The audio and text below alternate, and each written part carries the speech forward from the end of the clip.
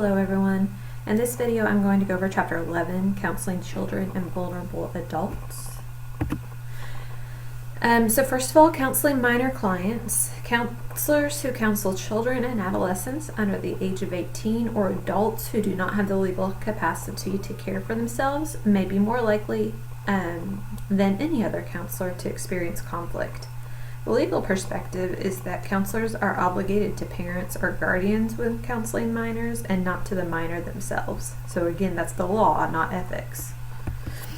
Counselors who provide services to minors and to others who lack legal competency must pay special attention to the legal rights of parents or guardians. Counselors who counsel clients who may be unable to protect themselves from harm, children and vulnerable adults, must take steps to prevent abuse and neglect. And we've already looked at mandated reporting, so that's one of our responsibilities when we're counseling children and vulnerable adults. We certainly do respect the rights of parents and guardians to information about our clients and about the counseling relationship. But like we've also talked about, we can do our best to ensure confidentiality because we know that protects the counseling relationship and really makes counseling work. And so we can explain to parents and guardians why it's important to maintain confidentiality with the minor or the vulnerable adult, if at all possible. Conflicts between law and ethics occasionally arise very clear where the client is a minor. One issue that does arise is whether children should be allowed to enter into a counseling relationship without parental consent. Also, everyone, regardless of age, has a moral right to privacy. However, the legal rights to confidentiality and privilege are limited.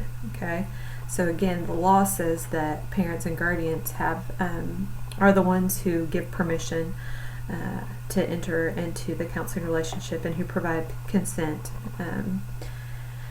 However, again, ethically and morally, we know that it's best to maintain confidentiality and privacy with the minor or the child. Counselors who provide services to children must understand the legal rights of parents and guardians while appreciating their obligations to the minor. The legal rights of minors legally belong to the parents and guardians. Legally in the U.S., children are not able to enter into contracts. The law stipulates that clients under the age of 18 are not adults, thus are not competent to make fully informed voluntary decisions, with the exception being emancipated minors. And so this is a legal proceeding if someone's under the age of 18 and wants to be considered an adult for different reasons. They can do so, and we respect the law if that's the case. ACA recognizes that it is often helpful to include parents and family members in the process when working with minors. Standard B5B encourages counselors to work collaboratively with parents and family.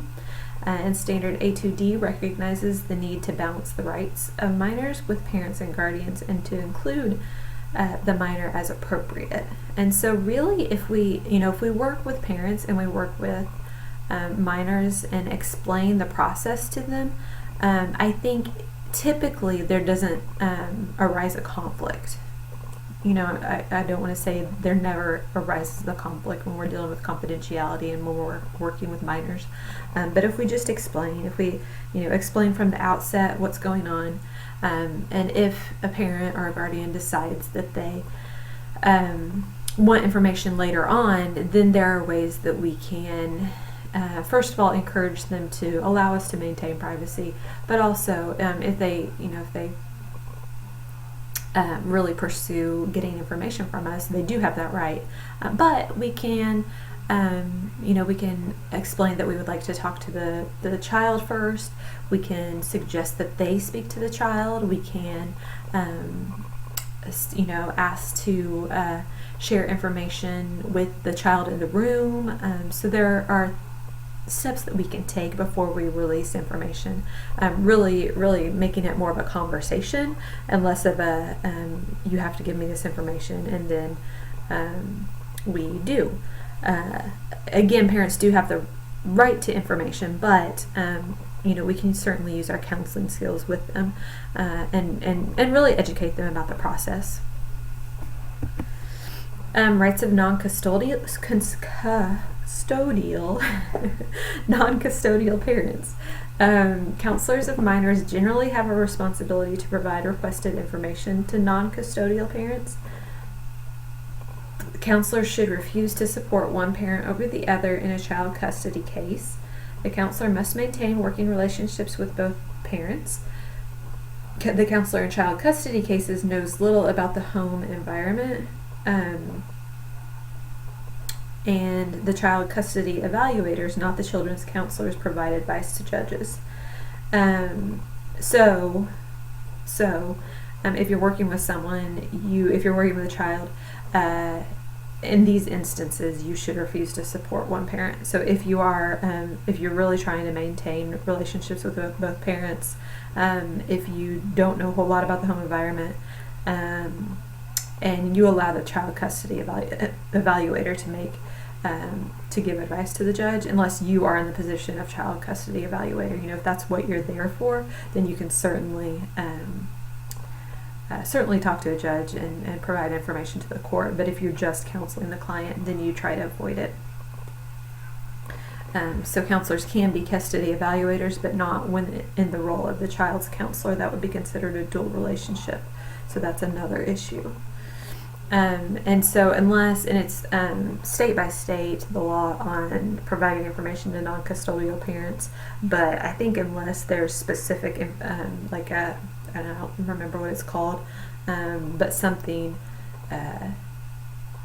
not allowing you to give information to, I know when I was working in the schools, we had some cases where we weren't allowed to release students to certain parents, and so I'm guessing that's the same thing. We wouldn't release information to certain parents, but even if they don't have custody of the child, they still are legally allowed to have information about the child.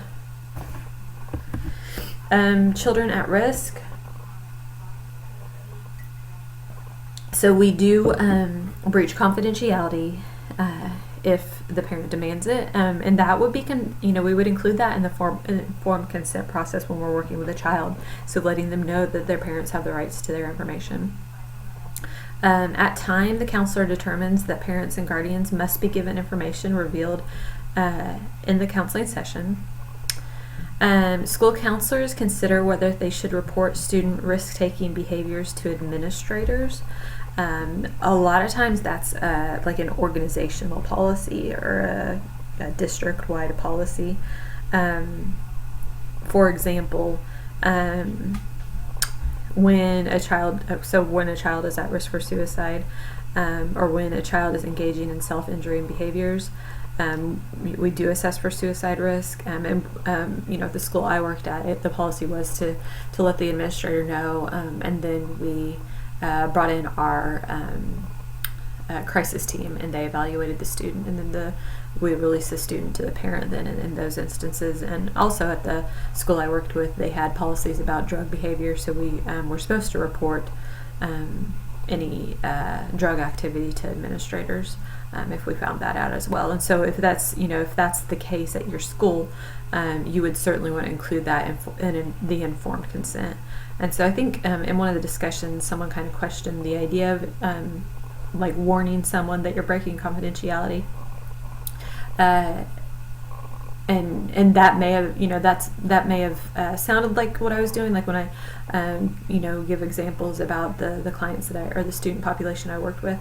I would give them a warning, but it wasn't really a warning that I'm going to break confidentiality. It was more of a reminder, this is the process, these are your rights. And so I see it more of letting someone know their rights. It's your right to choose whether or not to tell me something, because I am ethically bound to, and in some cases legally bound to report certain things. And so I want to let you know from the front end, and when we do that, it's going to maintain our relationship with our clients. So even when we have to break confidentiality, it can damage the counseling relationship, but it doesn't have to if we're making it a conversation, if we're having a conversation with the client as we do so. Steps that might help the counseling relationship when having to disclose: have the child tell the parents themselves, inform the parents with the child present, and inform the child that you will be informing the parent. And those are some of the things that I already mentioned. Release of records. Remember, confidentiality is not absolute for clients of any age.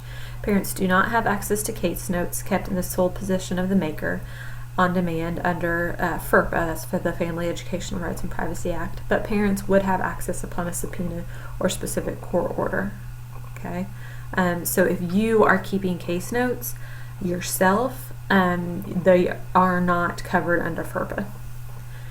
And so some schools and organizations are going to have like a central note-taking or note-keeping system, and those notes would be may be considered academic records, and so they may be covered under FERPA, and so they may need to be released. But if you keep notes yourself, then those aren't bound to be released.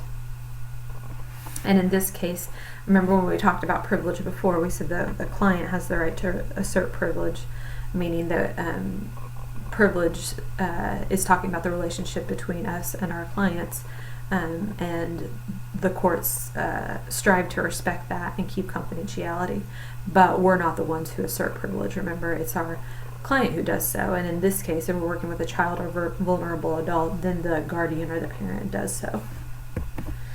Unless there's a federal or state statute to the contrary, school counselors do not have a legal obligation to obtain parental consent when they're counseling students within the school. And I haven't heard of a federal or state statute addressing this. And that just means that whenever you're counseling a student, you don't have to call the parent first. You can just bring them in and counsel them. Now that's different from a counselor, a mental health counselor working in the school. I don't believe you're covered under the same requirements or the same considerations as a school counselor would be. School systems or administrators who require counselors to obtain parental permission are imposing their position, not because it is required by law. Misunderstandings can be avoided if counselors take proactive steps to inform students, parents, and school personnel about confidentiality. And so you can do this in a lot of ways. You can do this through websites. You can do this through, letters or notes sent home, especially at the beginning of the year. And you may, if you're doing, as a school counselor, you may do things like group counseling and whatnot, and you may opt to get permission for those activities, but likely you're probably not going to get parental consent for just counseling. It's just, for one thing, it's just not realistic. If a student's in crisis, they need to be able to talk to you. You don't have kind of that scheduled climate that you do in mental health settings, and so it's just not super realistic to do so. In some places, some schools will have that information, like in their just included in like the handbook or information they send home with parents. So it's included as part of the process, part of the school process of enrolling in a school. Children that have been placed in an inpatient facility will likely be placed there by parents or CPS as minors. Regardless of age, usually are considered to be incapable of making important decisions for themselves. And again, likely as part of the intake process, you'll do informed consent. So if you're working in an inpatient facility, a residential place, then informed consent is part of the intake process, and you'll have that taken care of with parents when children enter. And you may, if something comes up, again, like the group counseling, if you decide that a child needs group counseling or decides to see maybe a psychiatrist and you haven't done informed consent with the parent for those services, you may call them or bring them in to talk to them about that process, not the minor. They wouldn't be the one making those decisions. It is important that counselors educate non-mental health staff in schools, treatment facilities, and social service agencies about confidentiality. If professionals disclose confidential information outside the institution and the reputations of the parents are damaged, they could have the basis for a lawsuit. And so some staff will have access to information, and even just seeing who's walking in and out, who's seeing the counselor, who's not, who's coming into the agency, who's not. That's breaking confidentiality, or that's breaking confidentiality right there. So if you have like administrative assistants or other individuals who work with client information, you make sure that they're trained about legal and ethical obligations of the organization. Every state now has a statute that requires counselors and other professionals to report. The need for absolute confidentiality in counseling has been determined to be less important than the need to protect children. We've already talked about the mandatory reporting. The duty to report suspected physical, sexual, or emotional abuse or neglect is a legal requirement. The reporting obligation is clear, however, that the counselor must still exercise clinical judgment in determining that a child has been or is currently being abused or neglected. So it's our obligation to report, but we're the ones who are making that decision. We're making that judgment. Is this abuse? Is this not abuse? And that's, if you determine it is abuse, you're mandated to report. While following statutory requirements and making mandatory reports, the counselor also must follow the procedure in effect in their employment setting. An employed counselor should always inform the supervisor before or immediately following making a report, even if supervisor notification is not required. And especially if you're, especially if you're under supervision, like if you're in practicum or an internship, then you would certainly. I would bring your supervisor in into the conversation before making a final decision, although that may not always be an option, but definitely inform your supervisor after the report has been made. And if you aren't aware of, you may not be.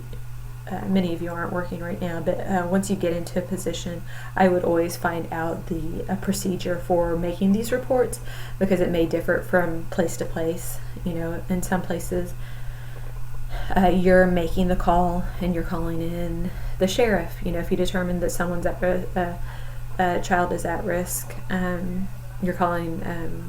And I was thinking of suicide. That's why I said sheriff. You certainly wouldn't send a kid to jail.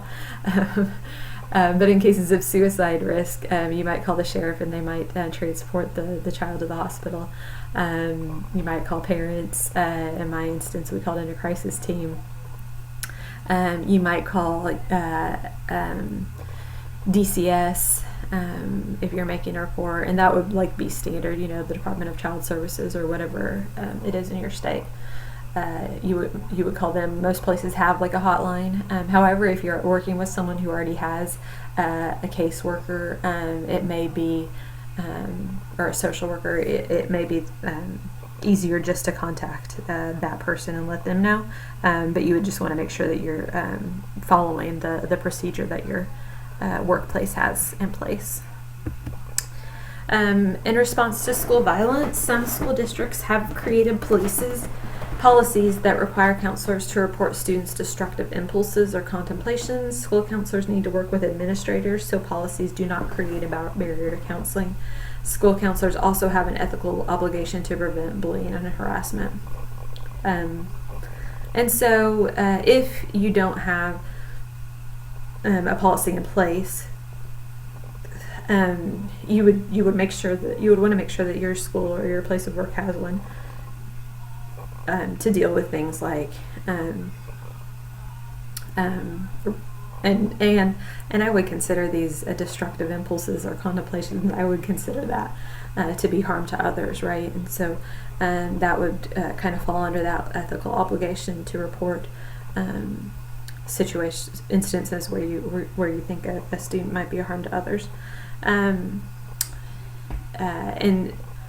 And you would just want to talk to your administrator about this, to kind of hammer down the details. What are they expecting you to report? What do you feel is appropriate to report? And we also have an ethical obligation to prevent bullying and harassment. And if that's and that would be certainly like a school or a residential policy, but it would be something you would talk to your clients about. If that's something you're going to break confidentiality on, you would want to talk to them about that in the informed consent process.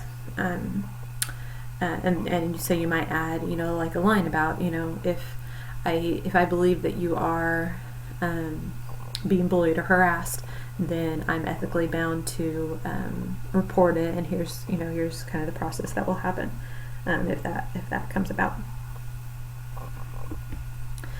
School counselors play multiple roles, thus lie inherent conflicts, and I would say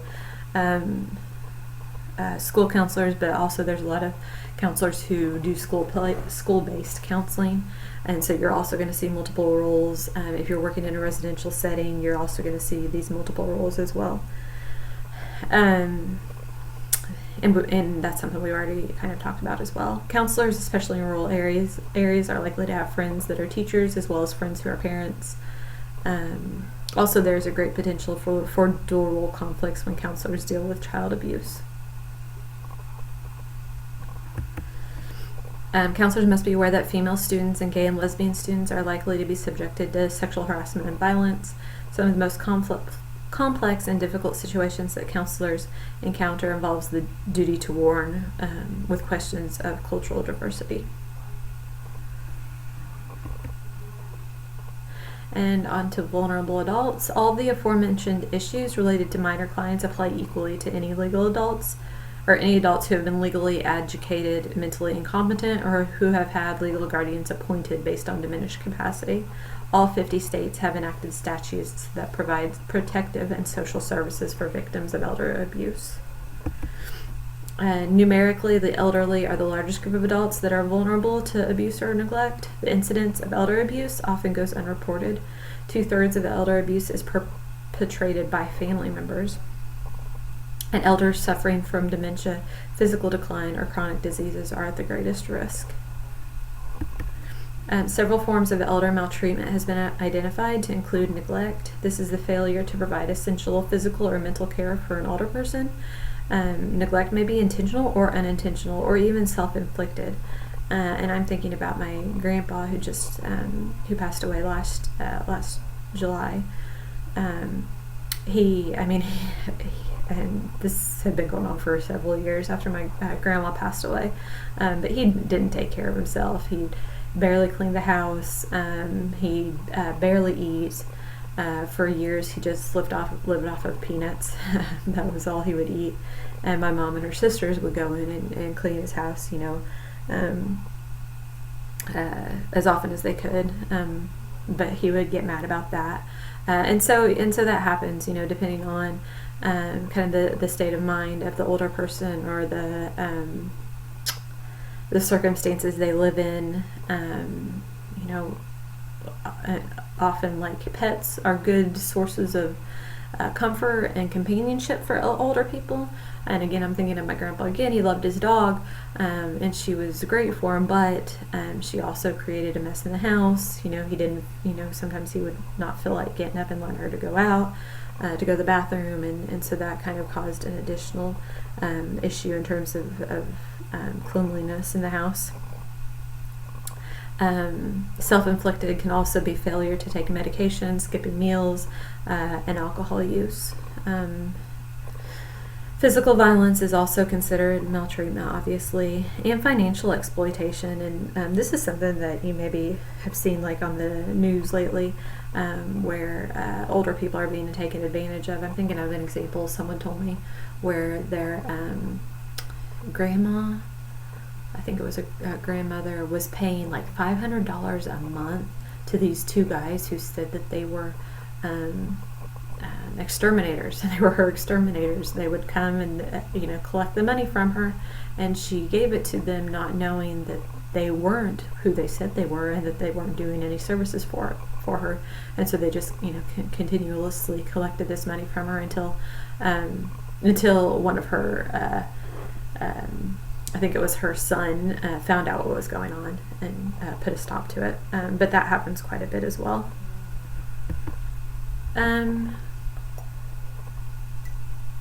Other issues: when older adults have cognitive impairment, questions can be raised regarding informed consent. At what point is the client no longer able to consent for counseling? Another dilemma is when the clients are presented with a terminal illness. Ethical and legal issues can arise when the client wants to end their suffering by hastening their own death, so that's an issue as well. And that's it. So those are just some specific issues that are that come up when we're counseling those two populations. And I think that's all for now.